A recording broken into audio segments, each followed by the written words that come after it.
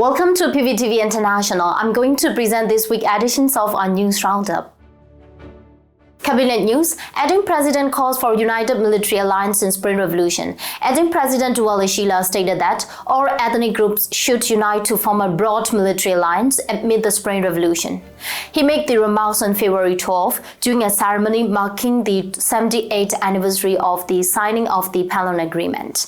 We aim to establish a revolutionary pact between the central region and the ethnic state, similar to the Pelon Agreement. Additionally, we all hope for the emergence of the United Military Alliance comprising all ethnic groups, he said. He emphasized that the essence of the Spring Revolution is liberation from fear and described it as the largest and most intense people revolutions in modern history. He also asked revolution forces to remain focused, stating that the common enemy is the military junta.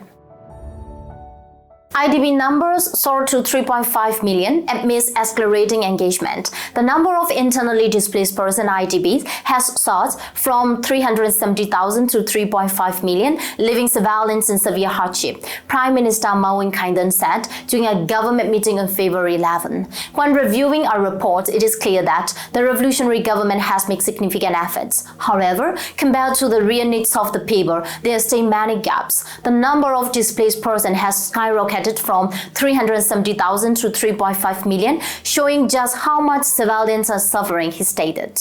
Revolutionary forces are working to dismantle the military culture while simultaneously assisting displaced communities. The Prime Minister emphasized that only by decisively defeating the junta can civilians find relief on all fronts. NUG affirms support for federal democracy on Shan National Day. The National Unity Government NUG issued a message on January 7 to mark the 78th Shan National Day, emphasizing its commitment to a federal democratic union based on the principles of the Pelon Agreement. The statement criticized successive military regimes for violating key provisions of the agreement, particularly Articles 5 and 7, which guarantee full autonomy for member states and self-governance for highland regions. It highlighted how these rights have been systematically denied, honoring generations of Shan leaders who have fought for democracy and self-determination, as well as those who have sacrificed their life in the ongoing Spring Revolution. The NUG expressed deep respect for their contribution. The statement reaffirmed the shared aspirations of the Shan people and ordinary groups to end military dictatorship and build a free, just, and inclusive federal democracy founded on the principles of the Pelon Agreement. The NUG pledged to work closely with all stakeholders to achieve this vision. NUG celebrates 77 Karen National Day with new alliances in revolution. On February 11, the National Unity Government NUG sent a message commemorating the 77 Karen National Day, celebrating its success in forging new alliances with revolutionary groups and solidifying key agreements. Since February 11, 1948, the Karen people across Myanmar have called for self-determination, equality, and the resolutions of ethnic conflicts and the establishment of lasting peace. The NUG affirmed that these long-lasting aspirations are now within reach as the current situations in the People's Spring Revolution provides the ideal conditions for realizing this goal. The NUG emphasized the importance of unity among the Karen people and expressed commitment to working together across all sectors to bring the revolution to a swift and successful conclusion. The message also highlighted that the growing collaboration with other revolutionary forces to achieve the shared visions of peace and justice for all ethnic groups. NUG Health Ministry provide extensive healthcare amidst conflict. The National Unity Government NUG and the Ministry of Health have provided healthcare services across 190 townships in Myanmar. These include 106 hospitals, over 800 clinics, and around 200 mobile clinics, as announced by spokesperson Soar in a public address. Under the Ministry of Health, healthcare services have been delivered in 190 townships with 106 hospitals, more than 800 clinics, and around 200 mobile clinics. These efforts have enabled us to treat over 900,000 outpatients, 37,000 inpatients, more than 23,000 surgical patients, over 3,200 trauma cases, and around 4,300 patients requiring transfer, Soar said.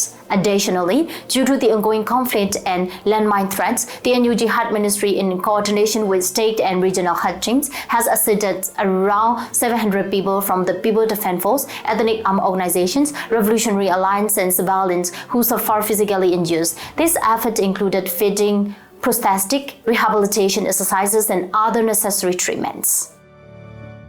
Pro-democracy groups issue joint statement on Myanmar's political future. The National Unity Government NUG, Chin Brotherhood, Committee representing Pidangsu Lato CRPH, National League for Democracy NLD, and the National Unity Consultative Council NUCC have issued a joint statement outlining 6 key political objectives for Myanmar's future.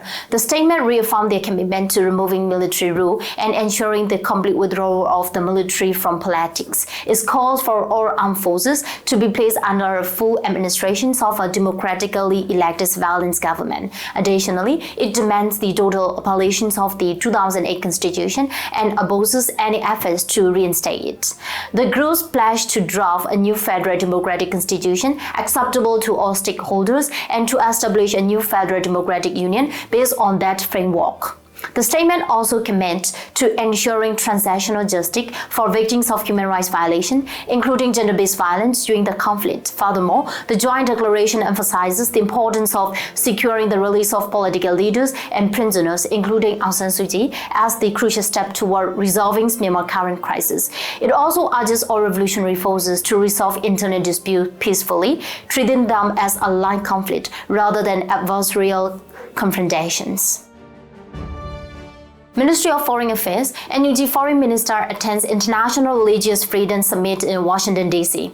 A delegation led by National Unity Government NUG, Minister of Foreign Affairs, Dawson Mao, participated in the International Religious Freedom IRF Summit held in Washington, D.C., according to a statement from the NUG Ministry of Foreign Affairs. During the summit, Dawson Mao highlighted how authoritarian regimes exploit religion as a tool for repressions. She stated that such regimes do not generally believe in religion, but rather manipulate religious differences to divide societies and maintain power.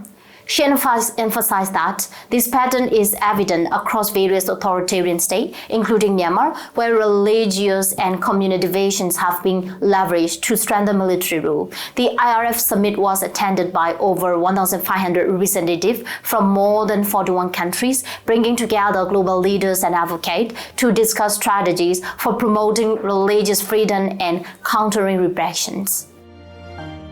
Ministry of Defense, NUG Defense Ministry commemorates 64 Kachin Revolution Day. The National Unity Government's NUG Ministry of Defense issued a statement on February 5th, marking the 64th anniversary of Kachin Revolution Day. In a statement, the NUG expressed respect and recognition for the Kachin Independence Organization KIO and the Kachin Independence Army KIA for their leadership and contributions to Myanmar's Spring Revolution.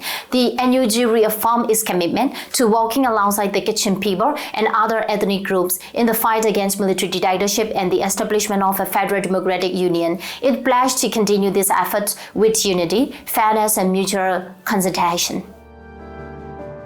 NUG urges forced conscript to defect to revolution forces. The National Unity Government, NUG, Ministry of Defense has called on young people forcibly conscripted by the military council to defect to the nearest revolution forces as soon as possible.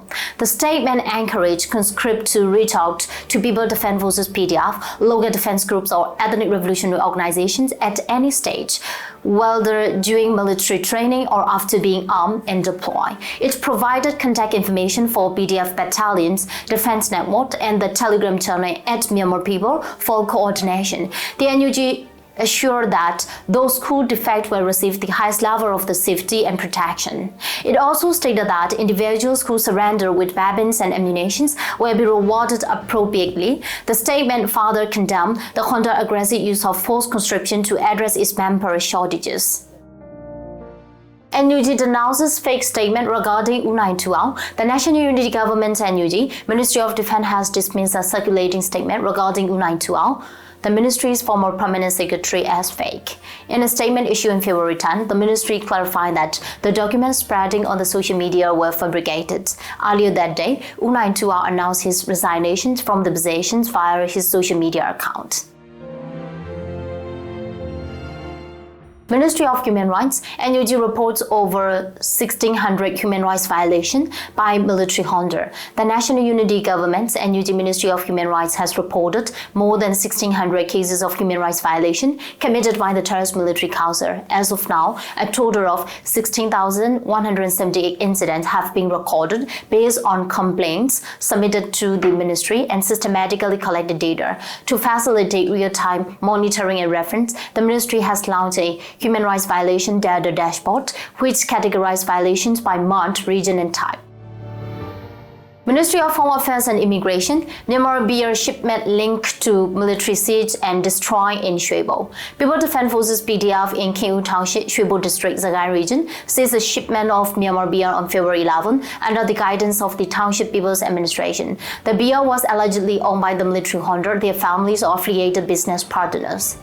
The confiscated item, valued at approximately 100 million jets, approximately 2,200 USD, included 71 crates, 852 bottles of Myanmar beer bottle, 24 crates, 576 cans of Myanmar beer cans.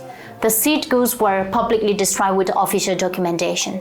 The BTF urged the public to continue boycotting military council's own products as profit from these businesses allegedly contribute to violence against civilians and revolution forces.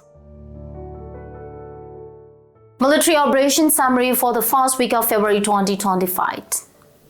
In early February 2025, major clashes erupted in multiple regions across Myanmar, including attacks on military council convoy, factory sites, and key strongholds. A military council convoy transporting supplies from the number 21 weapon factory, Kabasa, was ambushed on the Seppu Zone Road by joint revolution forces, including Membu District Battalion 1, Pakokku District Battalion 19, the Mogoi People's Defense Force, and CGF troops. The attack resulted in the destructions of two military council vehicles and the deaths of 1,100 soldiers.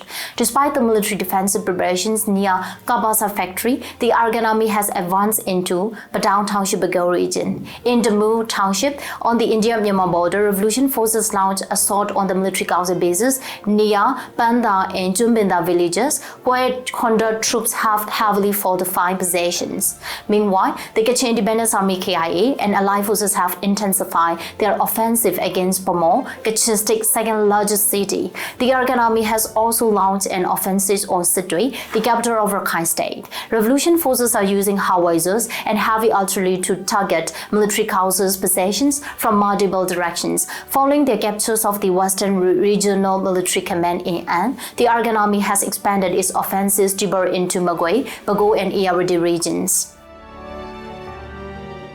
Then let's see what we have for our weekly rounded news in coming weeks. Thanks for watching PVTV International.